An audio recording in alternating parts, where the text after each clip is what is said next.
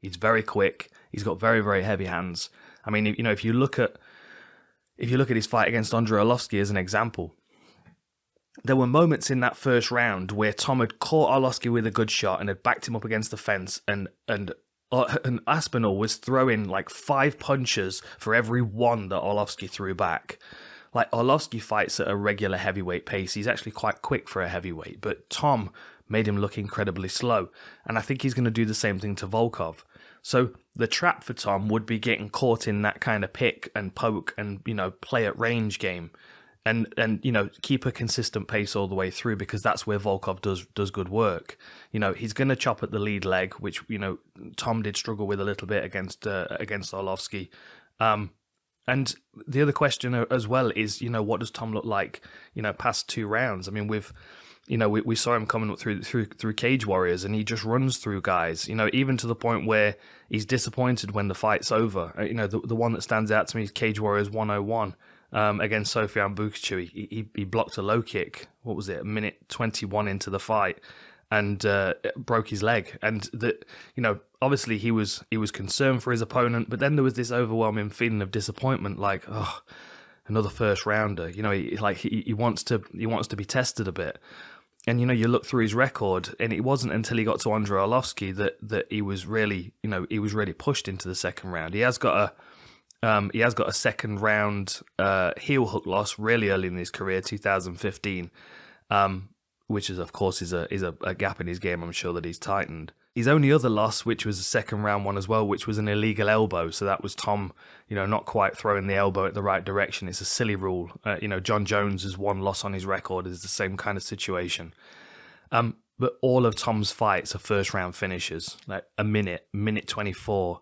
45 seconds. He is a wrecking ball in the first round. He almost had Arlovski out of there at around the same time. It's around minute 45 in. He has to be very careful in this one because this is 5 rounds, and Volkov is very experienced over 5 rounds. I think Tom is smart enough. I think he's wily enough. So even if it hits the floor, he's gonna feel very heavy and very imposing on Volkov, but he's also going to feel very difficult to control. This is the advantage of speed on the feet. It transfers to the ground as well. Tom's scrambles are going to be very quick. He's going to be very fluid in those transitions. He's got Mike Grundy there pushing him all the time and forcing him to work faster and work quicker. His natural advantage is being faster than these guys, and I think that applies to every range of the game against Volkov. Again, like I said, the danger is getting caught in that kind of sedentary pace where he's on the end of the foot and the jab of Volkov all night, and he can't seem to break through that barrier. He can't seem to force his way inside and make Volkov reactive to power. It's a big opportunity, but it's also a big ask, and this is where we're really going to see, where Tom Aspinall is at in his career and what he's ready for, because it's still very, very early for him. He's had 13 fights, and if you stack all of that time up, it comes to less than one of Volkov's fights. You're talking minutes of experience. Tom needs to play this one like a seasoned professional, and that's a big ask for someone that's only had 13 fights. But he's got that fight-ending power. He's got that fight-changing power. He's got that speed on his side. And I do think, in the clinch and on the ground, I do think he's going to be able to nullify what Volkov does.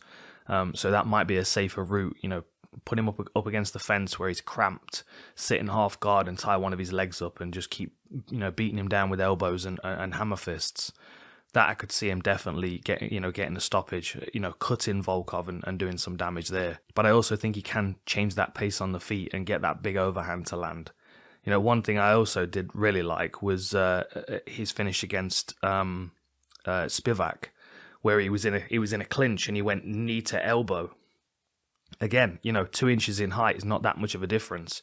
If you're working tie clinch with someone that's taller and you're able to break that posture down, those short elbows can be fight changing as well.